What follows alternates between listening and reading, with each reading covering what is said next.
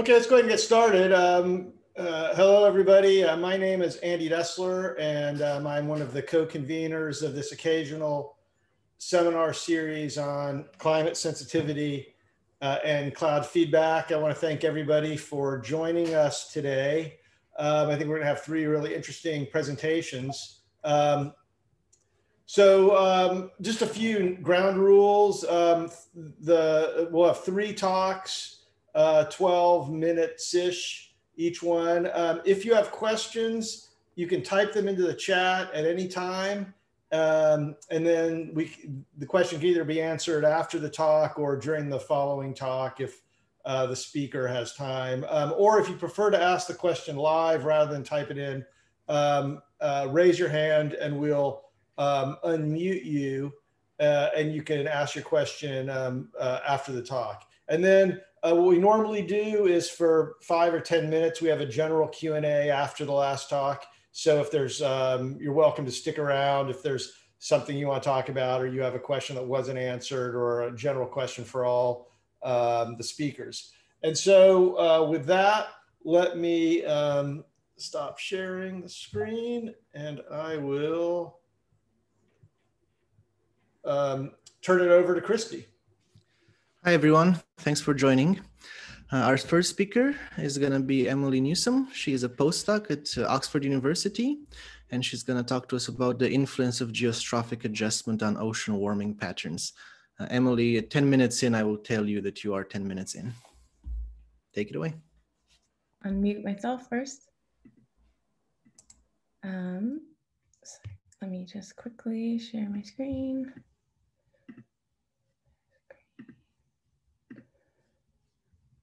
All right. Hopefully you're seeing the correct version, not the presenter view. Yeah, that looks good. Okay, great. Okay, so we'll take a little journey into the ocean and out of the atmosphere, hopefully for 12 minutes. But this is work I've done with Laura Zana and Samar Katiwala, trying to better understand ocean warming patterns and particularly the role of geostrophic adjustment on these patterns. And our motivation comes from the fact that the great majority of excess heat in the climate system has gone into the ocean. This is the observed ocean heat content anomaly over the last 60 years. As you can see, this heat, while it's in the ocean, it's not uniformly distributed. There's these really large differences between different regions in how much heat is being stored. And this matters because these patterns of ocean warming and heat storage are really critical to anticipating and the evolution of global sea level rise.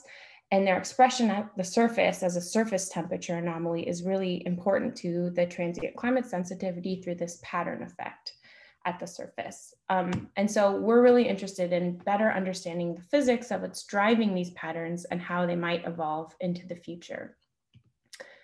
Okay, so it's a complicated problem because warming in a given region of the ocean depends on many different processes. And it's useful to decompose all of these processes into two kind of conceptually distinct components. And the first we term added heat or sometimes passive heat. It encompasses all the processes that convey heat through the ocean like a passive tracer. So a surface heat flux and the transport of an anomalous temperature by the pre-industrial or the background circulation. And to give you an idea of what this component looks like, this is from the same study. This is the added heat in the upper 2,000 meters of the ocean in different CMIP5 models. And as you can see, this component of added heat really converges primarily in the subtropics. Okay, but we don't expect heat to act like a passive tracer. We don't expect ocean dynamics to stay the same under forcing. And so how those dynamical changes redistribute this vast amount of heat that was already in the ocean, we term that redistributed heat. So this redistribution of heat. And to give you a sense of what that looks like from the same study, this is the redistributed heat component. And as you can see in many regions, it's as important as this actual addition of new heat. And many authors have pointed this out and made this point that it's really important and tried to better understand what are the processes doing this heat redistribution. Earlier studies focused on how changes in convection and mixing at high latitudes might be really important. And then subsequently, there's been a lot of work on how changes in overturning and primarily this AMOC circulation might be doing the majority of this redistribution. But in that context where the majority, but not all of the focus has been on the high latitudes, we wanted to ask, is there perhaps a more direct relationship between added and redistributed heat, particularly through the tropics and subtropics? And motivated in part because if you simply look at these patterns, they seem to be perhaps related to one another. And we might expect them to be, because we might expect anomaly and velocity to be related to anomaly and temperature, particularly the gradient and the anomaly in temperature over scales and regions where the ocean is in geostrophic balance. So our hypothesis here is that heat redistribution is, at least in part, going to be due to this thermal wind response to anomalous warming. And we're going to explore this by comparing patterns of this added heat and this redistributed heat in a fully coupled climate model. This is the UVic Earth System model under an RCP 8.5 emission scenario. Okay, so first I got to tell you how we're going to estimate added heat. It's not super simple, but we're going to do this in this case using Green's functions of the ocean's circulation. So how this works is these functions emulate the climatological transport processes in the ocean. So the background circulation, before kind of pre-industrial circulation. And so they tell us how a tracer present at the surface of the ocean at some time will be dispersed, and the kind of distribution of that tracer some time scale later. In practice, we're going to divide the ocean into 26 different patches just for computational reasons. And then with this, we can take anomalies in surface temperature from the coupled simulation, convolve them with the Green's function, and get this distribution of added heat. And finally, we can infer the impact of changes in dynamics, or this redistribution, from the difference between the actual coupled model and this added heat component. Okay, so what do those patterns actually look like? First, I'm going to show you what happened in the coupled model. So this is the total heat content anomaly at 2100 in the simulation, summed over from the bottom to the top of the ocean. And so the component of that's passive, this added heat component using the Green's function is what I'm showing you here. And then the effect of changes in dynamics, this redistributed heat, is here as the residual between the two. And while our framework is quite simple, these patterns are highly consistent over broad scales with other estimates using different methods. And what are those patterns and what are those characteristics? Well, as I think I noted, added heat tends to really primarily converge in the tropics and less so in the tropics, while this heat redistribution cools the tropics and cools the subtropics and warms the tropics. So it moves heat, it looks like, from regions where there's a lot of added heat to less added heat. And we can see this effect more clearly if we remove the spatial mean of this added heat, which I'm showing you here. And you see that these patterns somewhat oppose each other. It becomes more clear if we look at the correlation between the two. And that's what I'm showing here. And just to show you that there's this really strong and significant anti-correlation between them at many regions of the tropical and subtropical ocean. So what it's telling us is that redistribution is acting to smooth gradients in added heat. We are hypothesizing this is occurring because it's accomplished via velocity anomaly that's related to these gradients in heat. But first, then we have to show that it's actually the velocity change as opposed to something else that's doing this redistribution. Okay, so that's what we'll look at here. We're going to try to identify the drivers of these different warming and cooling patterns, focusing over the subtropics and the tropics, and also focusing on particularly the convergence of anomalous temperature and the role of this changes in velocity. Okay, so that's what I'm showing you here. And let's focus first at the left side. So this is the evolution of the heat storage in the subtropics.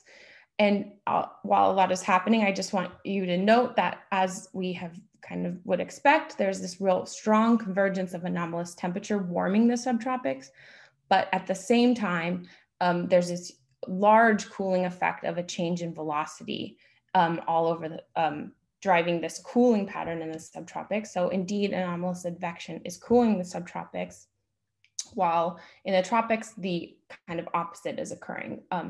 The divergence of more temperature is cooling the tropics, while these changes in velocity are warming them. So this is just confirming that this broad redistribution pattern is really occurring because it's a change in velocity as opposed to these other dynamics that are driving this redistribution. And so now we want to ask, okay, can we capture some of this anomalous advection simply from this anomalous temperature field using thermal wind? And by that, I mean, can we capture these anomalies in zonal and meridional flow from this just temperature anomaly that we see in the model? So we're going to do this by comparing the truth so this is going to be the anomalous velocity from the coupled model to what we'd estimate from thermal wind. Okay, so that's what I'm showing you here.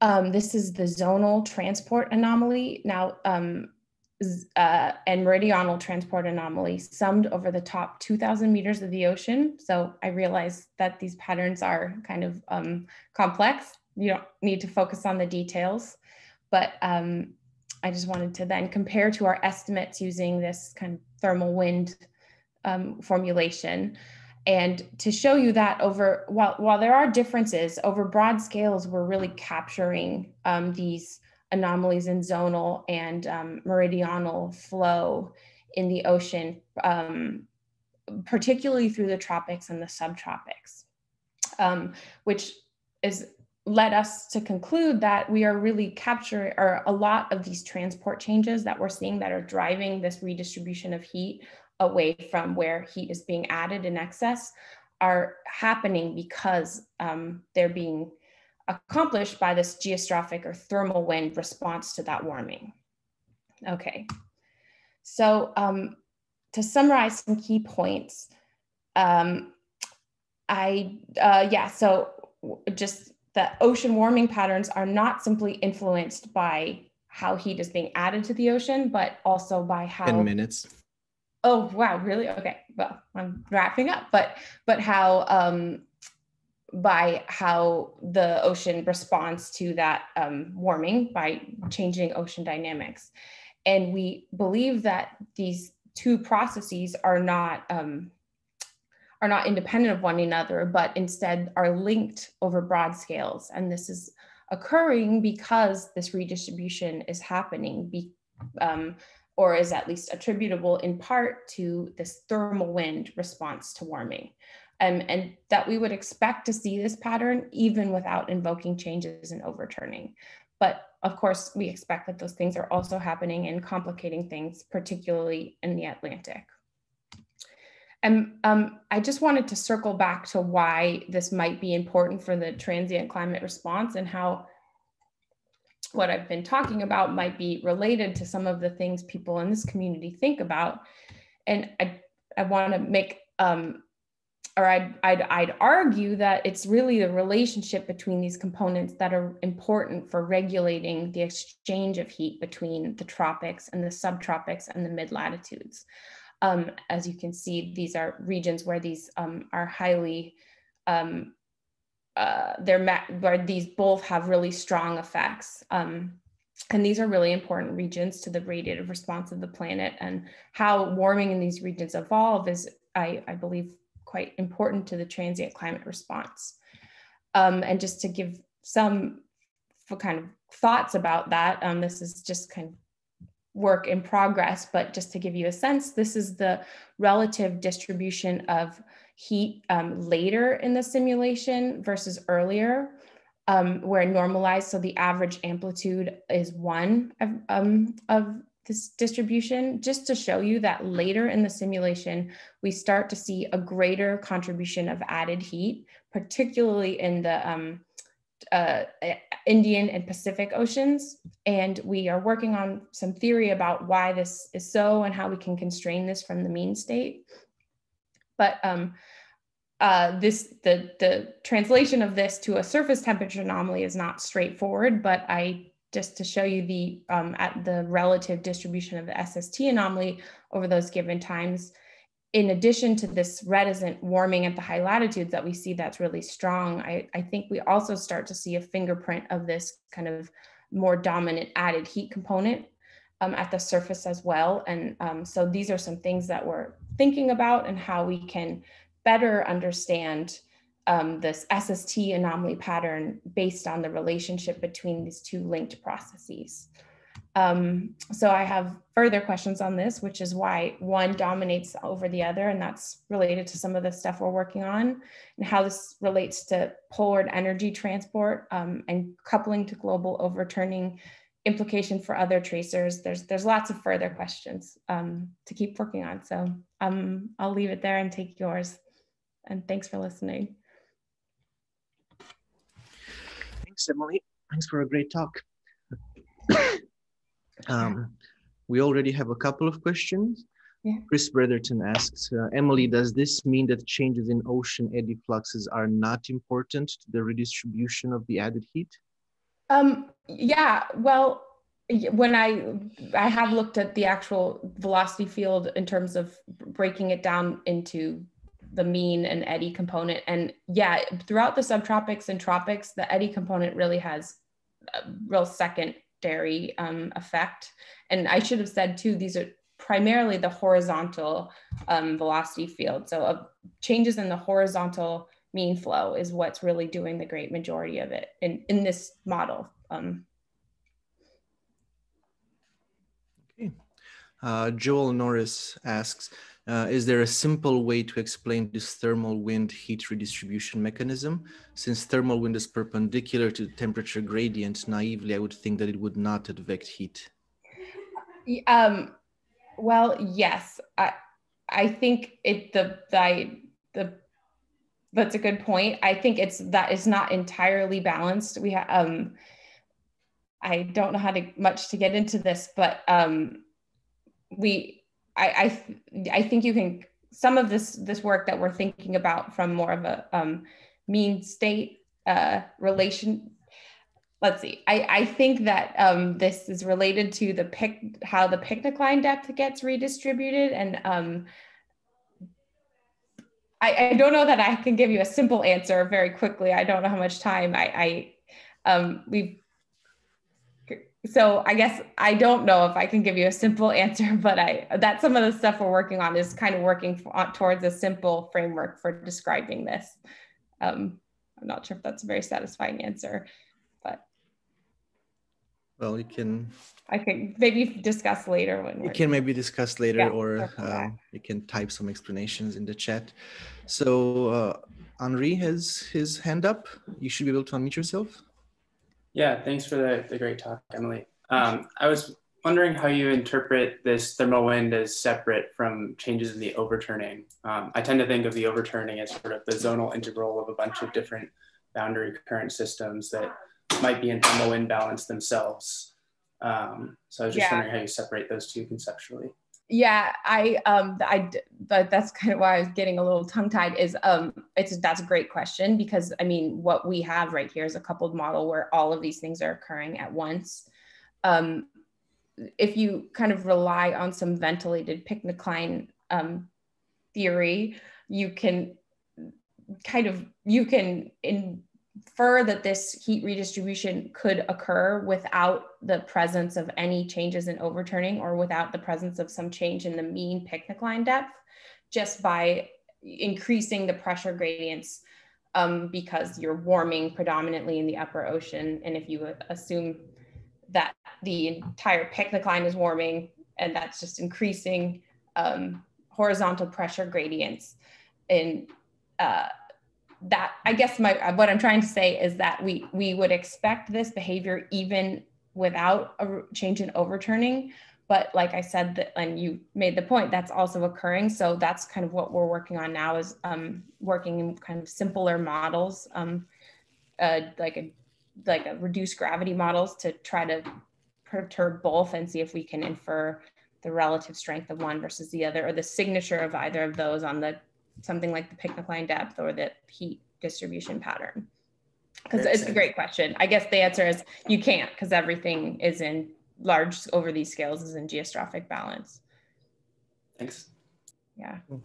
We got two more questions, which I think we can get to with some quick answers. Steve Klein asks, why does added heat component peak in the subtropics? Is that due to the surface flux component or the heat convergence by the mean flow? That's a great question. It's where those are regions, and that's what's actually great about using a Green's function, is we can assess where all the heat is coming from in a given region. Those are just regions that get really efficiently ventilated from subtropical and Southern Ocean ventilation. It's where the picnic line depth is deeper. Maybe I can quickly show this. I have some, slides here. This is the pre-industrial picnic line depth, scale depth. So that's basically telling, I fit an exponential to the density distribution, and this is the kind of E-folding depth. And then this is the added heat pattern. And this is just if I just assume the ocean, the picnic line is one temperature, and it's just the mean temperature of this added heat that you would get from this added heat kind of spread uniformly, we get the same or a very similar pattern in added heat. And it's basically saying that these are regions that are effectively ventilated. So if you just have the same concentration of heat, because the picnic line depth is just in the background state being ventilated very efficiently, more heat gets converged in these larger bowls of available volume to warm, is kind of the very simple way to think about it. Cool. Okay, maybe we do have to move on, but maybe I can give a quick response to Isaac Hell's question. The redistributed heat is presumably only important for the TCR if it affects the SST response. Can you estimate how big this effect is?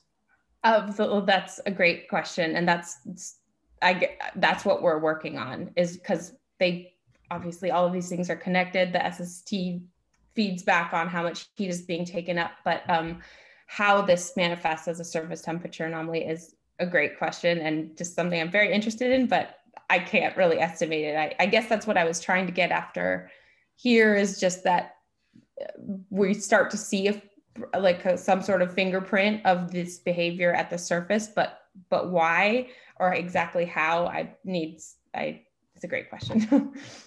Okay, well, we'll look into it then. Let's move on. And our next speaker is Nick Lutsko, who is an assistant professor at the Scripps Institute of Oceanography. Should I share my screen? Yes. Okay, can you see this? Yes. Yeah, looks good. Okay, great, thanks. Well, first of all, I just want to say thanks to Christy and Andy for organizing this seminar series. It's been really great to have it over the past 9 or 10 months or so. And today I want to present some recent work thinking about sources of uncertainty and transient warming. And this is work that I did with Max Popp, who's at the LMD in Paris. And I think there's some really nice, I don't think it was deliberate, but I think it ties in really nicely with that great talk by Emily, because our starting point for this project was really thinking about, does the ocean matter for climate sensitivity? I think Emily, especially the end of Emily's talk, kind of illustrated that there's a certain disconnect between people who think about climate sensitivity and radiative feedbacks and oceanographers. And so we were interested in trying to quantify precisely how ocean processes contribute to transient warming on different timescales. And to do this, we turned to our trusty 2-box model of the climate system, where we have an upper layer box. I don't know if people can see my cursor, which kind of represents the ocean's mixed layer. Okay, thanks. And also land processes. And then that is coupled to a deep ocean box. I put the equations here on the right. I won't go through them in too much detail, though. I refer everyone to the Geoffroy et al. Papers from 2013, which I think are really a definitive treatment of the system. But the key point here is that there's 6 free parameters in the system.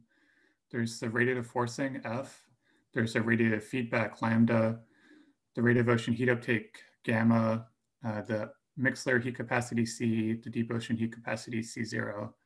And then this funny ocean heat uptake efficacy term, which is trying to capture some of these effects of changing SST patterns that Emily was just talking about. And so our question was, can we try to figure out how much each of these terms contributes to transient warming on different timescales? And to do this, we wanted to break up their contribution to 2 factors, because the contribution that a parameter makes to uncertainty in warming is equal to the uncertainty in that parameter itself times the sensitivity of warming to uncertainty in that parameter. So you could imagine, for instance, that a parameter is very uncertain and yet it doesn't contribute very much to uncertainty in transient warming. So the deep ocean heat capacity is an example of this.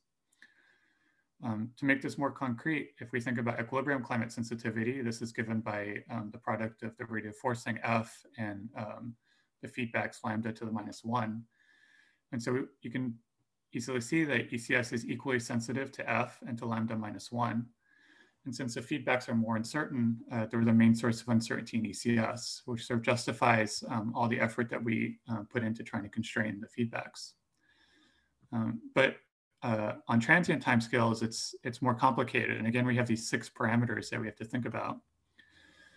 And we decided it was easier to work spectrally and to take that coupled set of ODEs and solve it in frequency space, which gives a relatively straightforward expression, which I show here, assuming 1% per year increases in CO2, which gives me this factor of 1/70 times frequency omega up front.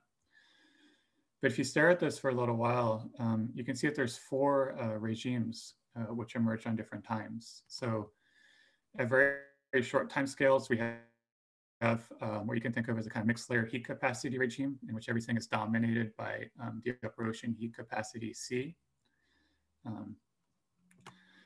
At slightly longer time scales, between about 4 and 30 years, we call this a mixed layer only regime, in which the mixed layer is radiating to space and transferring heat to the deep ocean, but the deep ocean hasn't started warming up yet. And now we have a lot of sources of uncertainty. There's the forcing, there's the feedback lambda, and then the 2 ocean heat uptake terms, epsilon and gamma.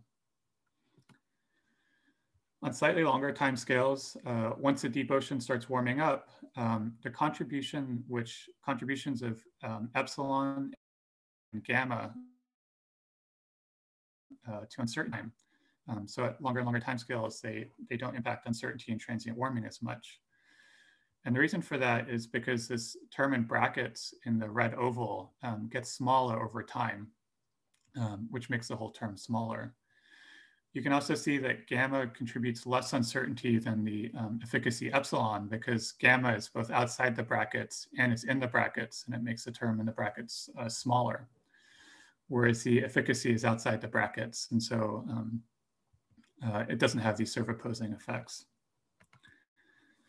And finally, on the longest time scales, when the deep ocean is quasi-equilibrated, we're kind of in this ECS-like regime in which both the forcing and lambda are dominating the uncertainty.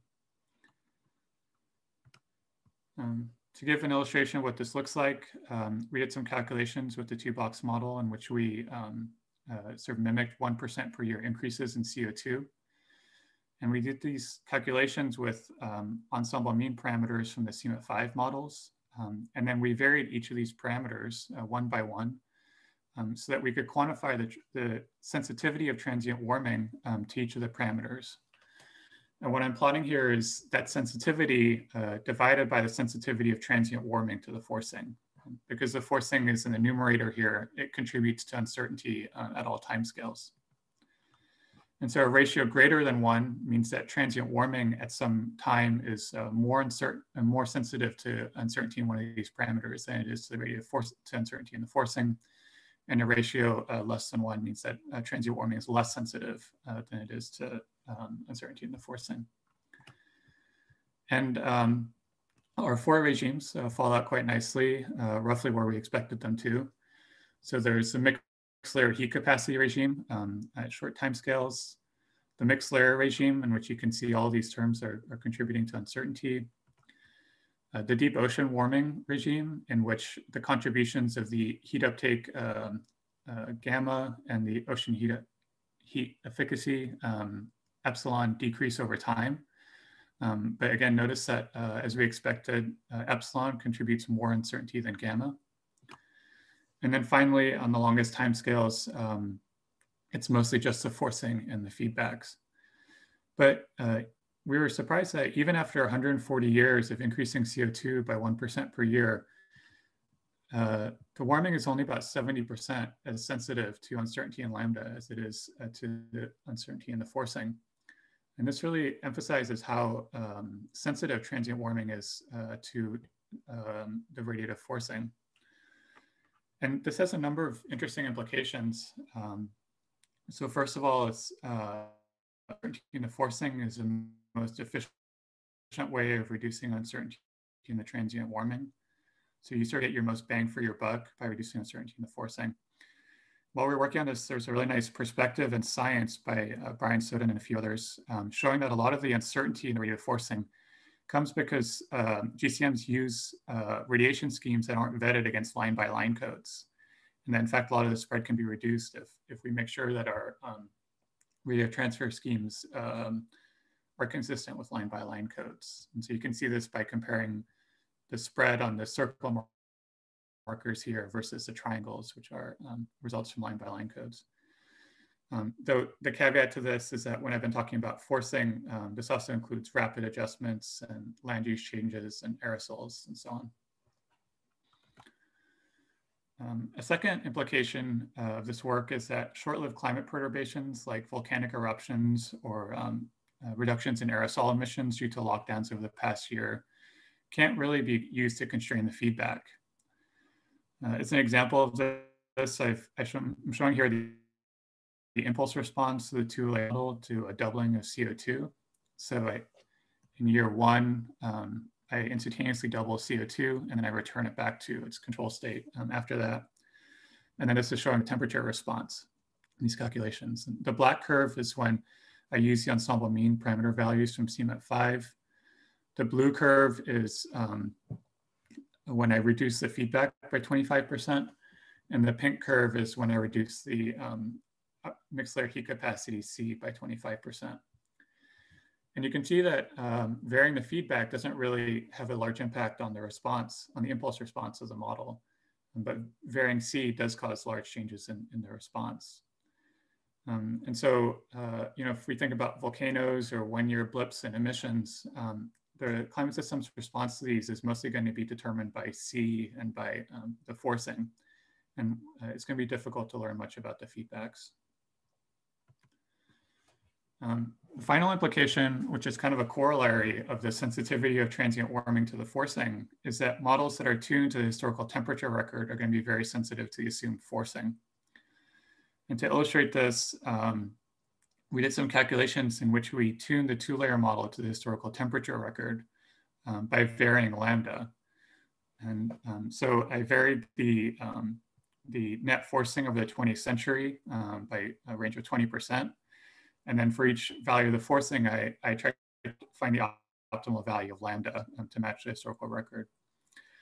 And this gave me a slope of 1.84, or in other words, a 10% difference in the assumed forcing over the 20th century resulted in an 18% difference in the optimal value of lambda. So if you think about this in terms of climate model development, if you take the same model and we're trying to tune it by using the historical record and you varied the historical forcing by 10%, its value of lambda could change by almost 20%. And this kind of highlights, I think, the importance of constraining the historical aerosol forcing, which is the main uncertainty in forcing over the 20th century. And if you're trying to tune against the historical temperature record, this is going to be one of the main controls on the model's climate sensitivity. And there's a really interesting paper by Changgang Guang and Gabe Vecchi and others out of Princeton, which came out, I think, this week, which illustrated this behavior in CMIP6. Okay, so going back to our original question of the ocean's contribution to climate sensitivity, as you can see from this figure, ocean processes contribution to transient warming really peaks around 20 to 30 years. So it's in thinking about these multi-decadal timescales that we need to be worrying the most about, constraining ocean heat uptake and ocean heat uptake efficacy. But the other big takeaway, I think, from this work is just the rate of forcing is such a large source of uncertainty in transient warming. And this has a lot of implications, both in terms of constraining transient warming and also in terms of climate model development, which I've tried to give some flavor of here. And I think I ran a little bit faster than I've been practicing, but this work was published last year in GRL. And otherwise, thanks for listening, and I hope everyone's doing well out there.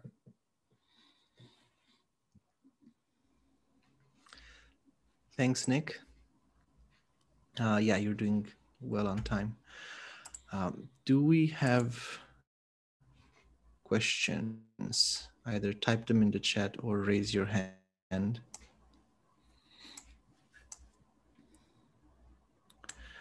I guess, oh, Kyle has a question.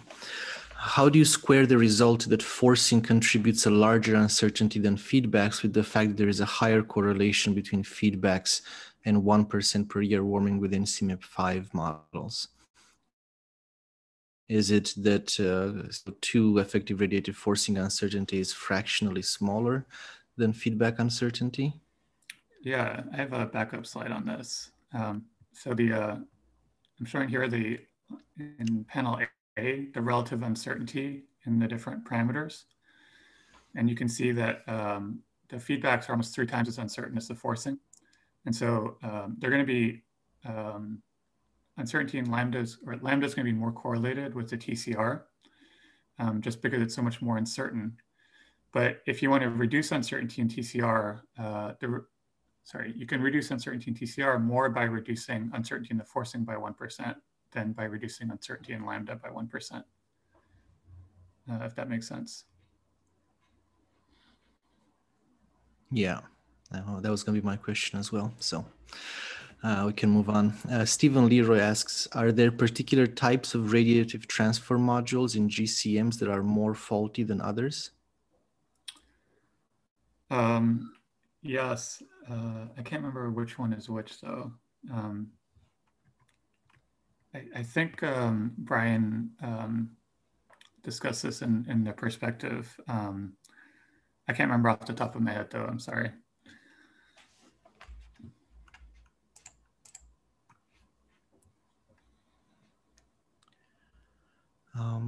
Well, if there aren't any more questions right now, feel free to keep typing them in the chat, and well, either Nick can answer them in the chat or we can get back to them at the end if we have a couple of minutes left. But in the interest of time, we should maybe move on. Our next speaker is Chris Bretherton. He is he's Senior Director of Climate Modeling at Vulcan and Professor of Atmospheric Sciences at University of Washington.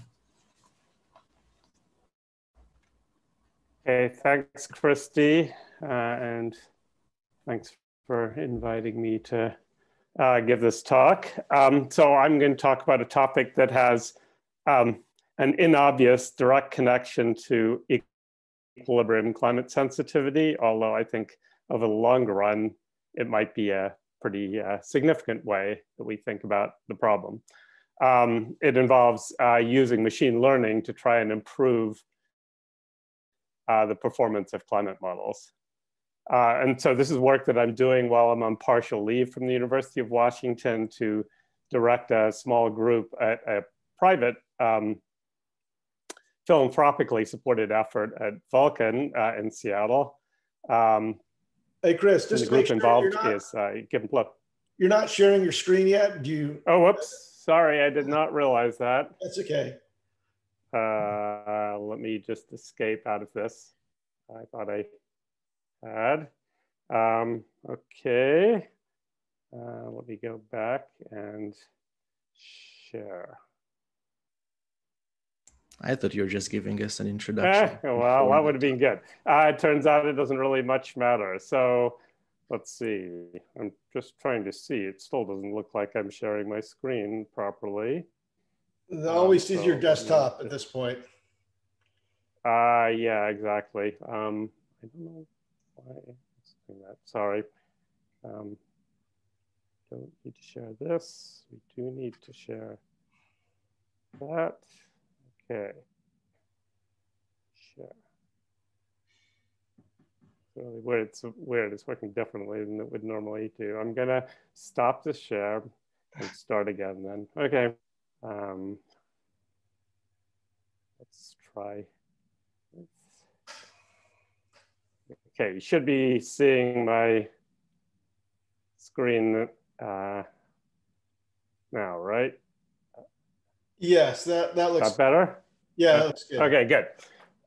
Okay, good. So in any case, so this is an effort in collaboration with GFDL. In particular, our GFDL collaborator is Lucas Harris. So overall, then, the goal of Vulcan climate modeling, which is an open source project, is to make climate models faster and better. And basically, the better part, which is what I'm involved in, involves as the long-term goal to train machine learning on reference simulations, which we might believe. These could be based on observational analyses, or they could be very high resolution climate models to increase the accuracy of rainfall predictions by affordable GCMs.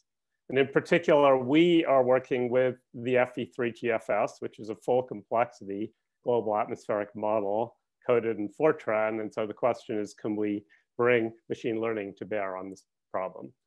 So our goal then is to train a column-wise machine learning correction to supplement physical parameterizations of a coarse grid climate model to evolve more like a reference data set. And I don't know why animation is going on, but it's keeping me going fast. So in any case, our two choices of data sets are that we could be using an analysis, which is what we are in fact going to show today, or we can use a fine grid global model, which will allow us to train our machine learning on very fine grid simulations that don't involve cumulus parameterizations and other nasty uncertain things we don't want to do in climate modeling. And we can train it on multiple climates. So really that's sort of the longer term goal of our project. Of course, this latter setting, latter approaches can only be as good as the fine grid simulation. So it only helps us to the extent that global storm resolving models like this in climate change, then we can get with conventional GCMs. So we're in particular using this NOAA's version of FE3GFS, the US model. I'm gonna have to go back here. So FE3GFS is the US operational forecast model, and XShield, NOAA's version, is run at 3 kilometer resolution with some small changes to the physics parameterization. This is a snapshot off of a run of the clouds, which shows that you can get very nice looking cloud distributions from a model like this.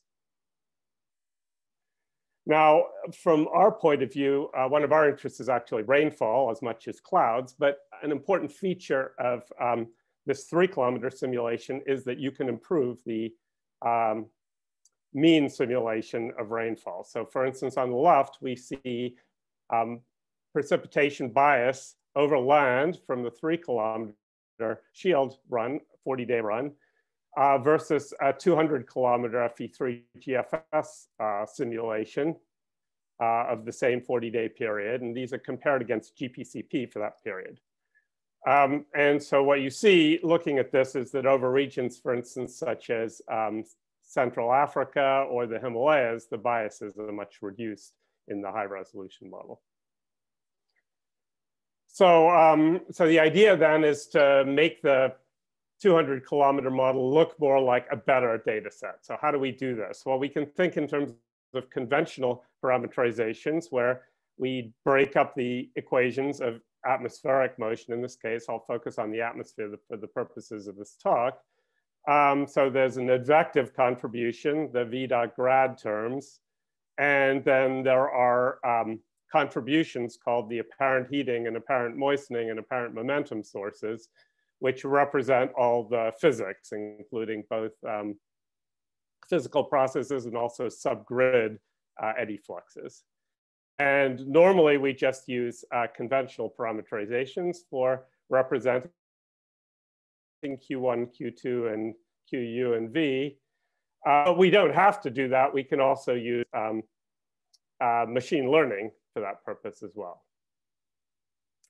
And the approach that we are actually going to talk about this time is that we use a conventional model, but add a correction term to it, delta QA ML, whose goal is to make the coarse resolution model behave like a reference model.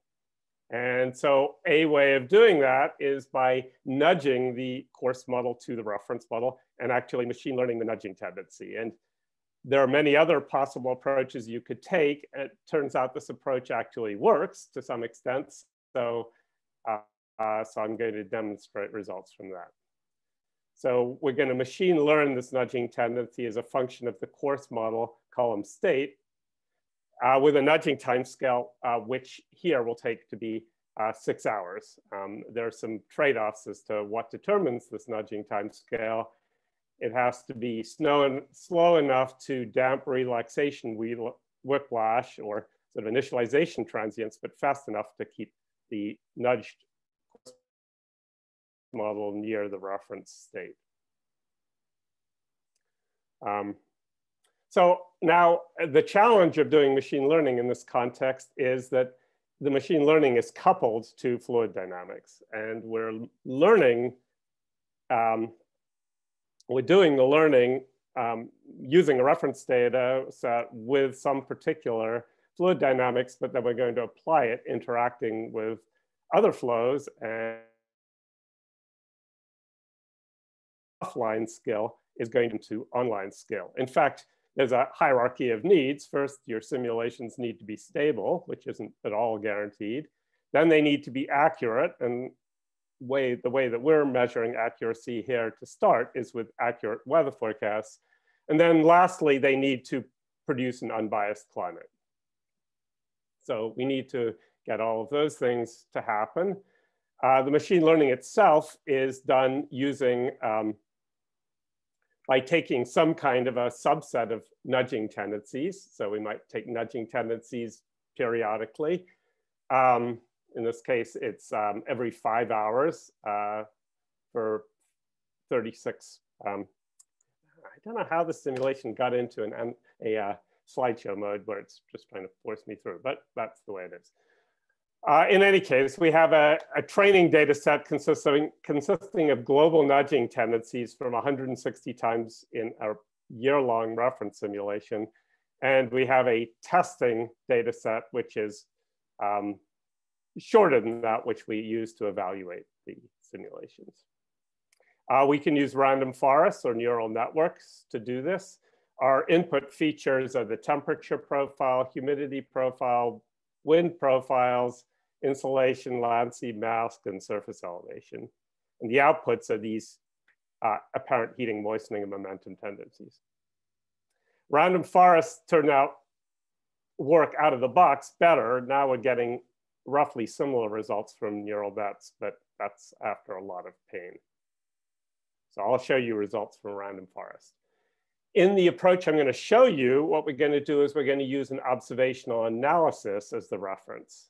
The analysis is available every 6 hours, and we use a nudging time scale of 6 hours. We train on 1 full year of data, and then we're going to test on the next year. We add a limiter to prevent negative humidities, and we find that, in fact, this works quite well. Our forecast model improves the weather skill, reduces the rainfall bias, and produces other climate biases that are not that much worse than a baseline simulation. So just to show you that this machine learning correction is actually doing something, here I'm showing you in the lower panel on the left, the timing over the set of tests, the forecast that we make, the 2016 data of the nudging tendency that we would be aiming for. And you can see it's mostly blue. So that means it corresponds mostly to drying. So what that means is that when confronted with the actual reanalysis state of the atmosphere, the model does not want to rain enough. And so to make it rain enough, basically, to keep it dried out enough, you need to actually subtract moisture, which then is interpreted as excess rainfall. And in particular, in the rainy regions, you have to subtract more moisture than in the dry regions. Then on the right is the time average of the machine learning prediction of the column integrated drying. And you can see it's a smooth version of the data. And again, I stress that we're actually predicting a separate drying at every height, at every time, at every location. So this is just a smeared out version of what the model is doing.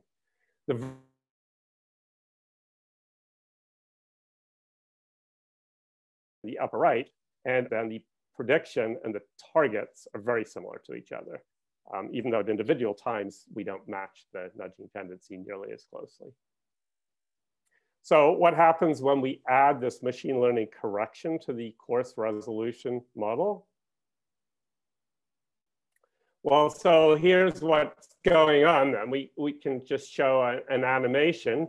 The physics tendencies vertically integrated of heat on the top and moisture on the bottom are shown on the left. And so you can see the diurnal cycle of insolation coming along, heating the atmosphere as the sun goes overhead. The moistening tendencies here from the physics are shown down below. Then you can see in the middle the machine learning corrections, which basically consist of a heating and a drying. And you can see that they do change from time to time, but they have a very strong stability in their patterns, spatial and temporal stability. So they tend to be more in the form of a fairly geographically fixed correction in most locations. And then on the right is the overall physics tendency column integrated. So basically, these machine learning tendencies are preventing drift of the baseline model to its preferred climatology. Well, so how do we test if this works? Well, we can look at weather forecast skill of the climate model. And I'm a great believer in using weather predictions or hindcasts to improve climate models, because clouds and precipitation especially are very short timescale processes. So what we see here is RMS error growth of 12 weather forecasts initialized on the first day of each month of 2016, which is not the year we trained this on. So this is an independent test. And here black is the baseline 200-kilometer model with all its normal physical parameterizations. And then blue is if you just machine learn the heating and moistening tendencies, and red is if you also machine learn a correction to the momentum. And so in this plot, then a higher RMSE at a particular forecast time is worse. So you want to be further down on this at a given forecast time or further over to the right. And what we see is with the machine learning correction, we are actually increasing the forecast skill of the model at all lead times out to about 5 days for 500 millibar height, and all lead times period for surface pressure. What we find is for different variables, for like sea level pressure, it's important to correct the momenta. For 500 millibar height, it's important to correct both. And for surface temperature, it's most important to correct the heat and the moisture.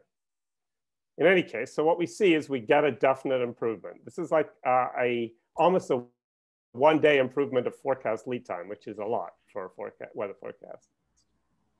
In addition, and what's more important for climate, we can actually reduce the annual mean precipitation errors. And again, so this is the precipitation error for 2016.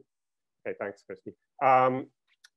Compared to GPCP, what's shown in the upper right is the error from the baseline model, and in the lower left is the machine learning corrected model.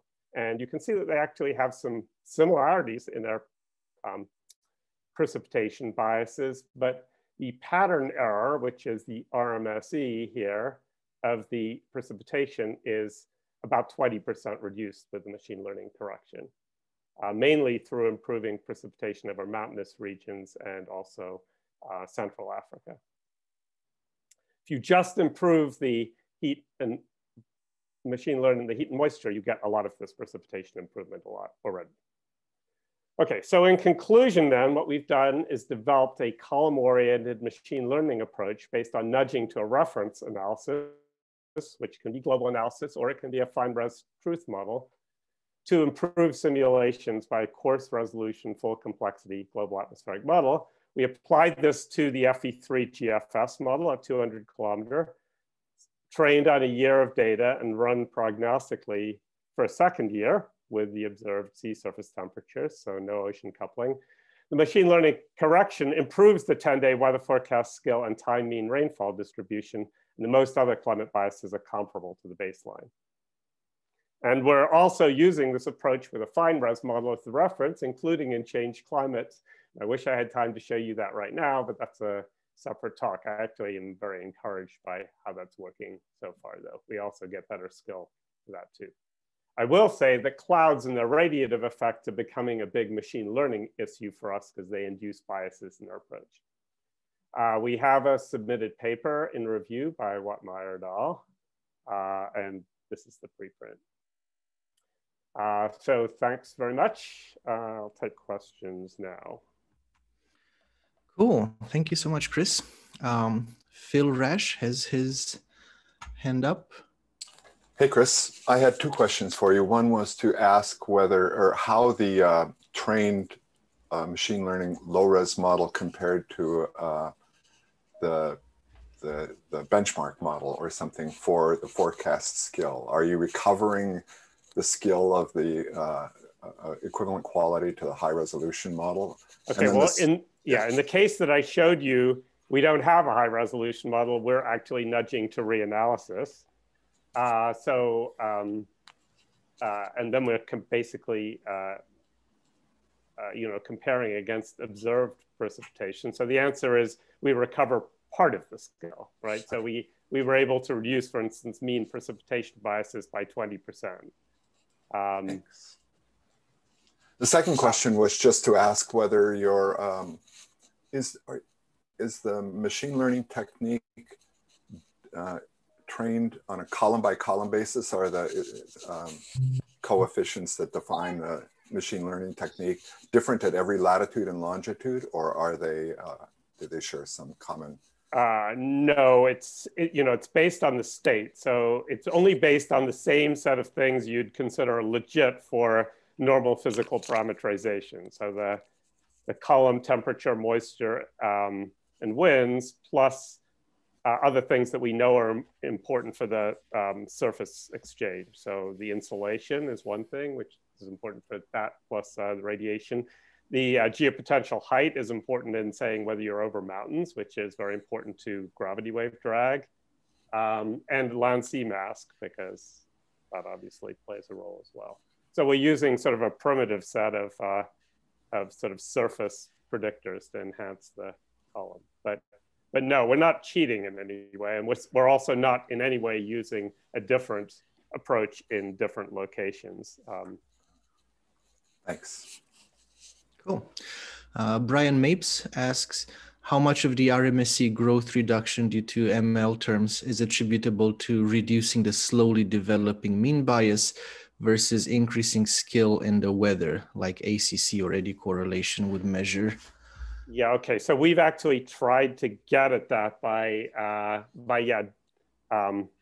partitioning the RMSE into a mean bias term and a non-mean bias term. And it turns out for things like 500 millibar height, it's about 50-50. So we are getting improvements in the eddy terms as well as the mean terms. And one of the reasons is that it turns out that there are fairly large mean biases in the winds in the 200 kilometer version of FE3TFS.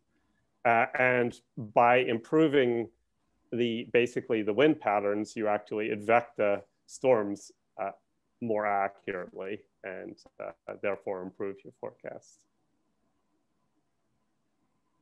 Okay. Rob Wood asks, Chris, have you run the trained model to examine the impacts of the ML on hydrological sensitivity and or cloud feedbacks? Yeah, so I haven't mentioned it here. You'll have to invite me back sometime if you want to hear more about that. But or I'm actually next week going to give a talk for the UFS webinar for NOAA, where I have 45 minutes. But yes, in fact, we have run this in a control plus 4K, minus 4K SST for a year, and then sort of compared the results and looked at hydrologic sensitivity. And we can make the hydrologic sensitivity of our coarse resolution model look a little bit more like a reference high resolution model. It's not perfect yet, and that has to do with some remaining issues with our training approach, but we can get an improvement there. That's all I'll say so far. Thanks. So it's 12. So thanks everybody for coming, especially thanks to the speaker. Thanks everybody for showing up. We can hang around and continue answering some of these questions if people want to hang around. But if not, I just wanted to make sure we get a chance to thank the speakers. Okay, with that, let's move on, since there do seem to be a number of questions if Chris wants to hang around and answer them. Okay, I'm supposed to go to another meeting, but I will take 2 or 3 minutes to take a couple of remaining questions, if that's okay. So one of them, let's see, that I can see from, oh dear, okay, there are quite a few of them. So Joel, well, you can pick them and okay, fine. So who's next? Does ML nudging conserve energy, momentum, moisture? Sort of, because the way that we do it involves, it does, but it means requiring that you interpret some of your nudging terms. So for instance, with momentum nudging, for instance, you add nudging tendencies, and then you can interpret those as additions, or the vertical integral as an additional stress on the surface. But there's no guarantee that that stress that you produce this way is at all physically realistic, consistent with the surface wind speed, et cetera. Similarly, our ML nudging conserves moisture because we assume that whatever moisture we might take away from the atmosphere using the ML nudging is then distributed as precipitation on the land surface, but there's no guarantee that that precipitation is realistic. And in fact, right now, we very rapidly get a greening of the Sahara due to bogus precipitation the ML scheme produces. And that's one of our bigger headaches. So the answer is, this is a very important additional issue that we're considering right now. Let's see. Jihong asks, what are the input variables? They're the column temperature, moisture, wind profiles. They right now are only instantaneous values rather than values at previous time steps, although the fact that we're learning a nudging tendency, which has an intrinsic memory, sort of mitigates some of that. One could do a lot more sophisticated things with machine learning than we're doing. And the input variables do not currently explicitly include tendencies of other parameterizations, although they could. The method can be applied in a climate change setting by using as a reference model a model not only for the present climate, but also using perturbed SST versions of the model. We're doing that, and that works fine. But in terms of extrapolating, with machine learning, probably with physical parameterization, this should be a rule too, but certainly for machine learning, we definitely have the rule that you don't want to extrapolate outside the range which you train. So you wouldn't trust it for 8K warm climate if you only train to up to a 4K warm climate.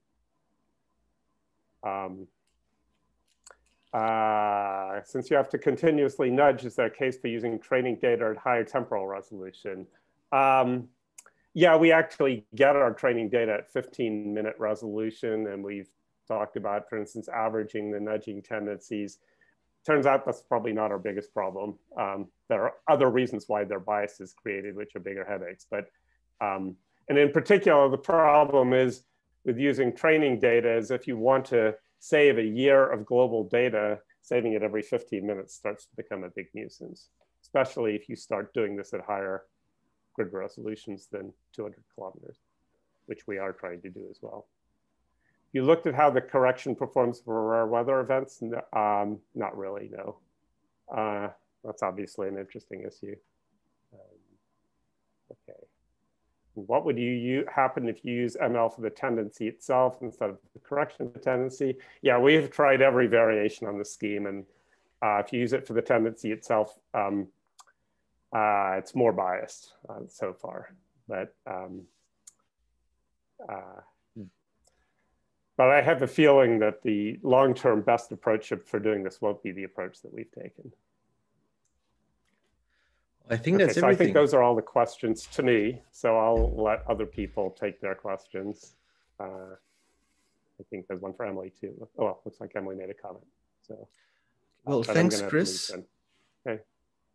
Thanks. I think that's basically everything, unless I'm missing something. But I think given the time as well, we can wrap up. So thanks everyone. Once again, if you want to give a talk in this seminar series, contact either me or Andy Dessler, and we can try to pen you in for one of the future iterations. Thanks, Christy and Andy, for organizing and inviting me. Thanks guys. Yeah. Thanks. Bye, everybody. See ya. Bye.